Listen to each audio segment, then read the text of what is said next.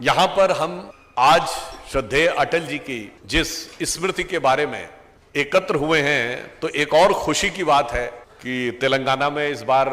8 लोकसभा सीटें जीतकर एक नया अध्याय शुरू हुआ। 1980 में अगर मुंबई में जब पहला अधिवेशन हुआ और वो अटल जी का बड़ा प्रसिद्ध वाक्य था, अंधेरा छटेगा, सूरज निकलेगा, कमल खिलेगा, तो मैं कह सकता हूं कि जी किशन रेड्डी जी उस दौर से जब हमारा एक एमएलए होता था विधानसभा में और ये इकलौते एमएलए हुआ करते थे, वहां से 8 सांसद के दौर तक निकल आए, तो मैं कह सकता हूं कि तेलंगाना में अंधेरे ने छटना शुरू किया है, सूरज ने निकलना शुरू किया है और कमल ने खिलना शुरू किया है। जब हम अटल जी के बारे में विचार करने के लिए सोचते हैं तो मुझे लगता है कि ये भारत की राजनीति के एक अद्भुत और एक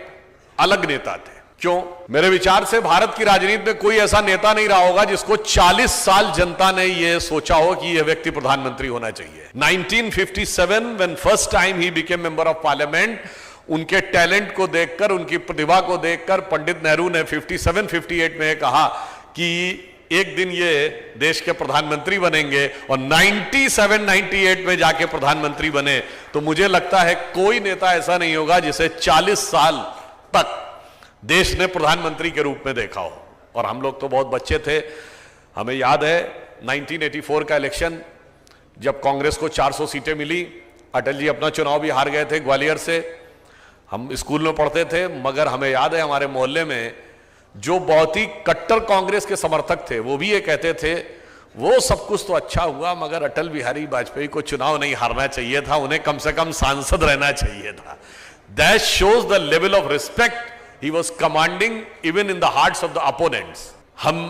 यह भी बताना चाहते हैं कि वो भारत के इतिहास के आज तक 2 ही प्राइम मिनिस्टर ऐसे हुए हैं जो नेता बन के प्रधानमंत्री बने,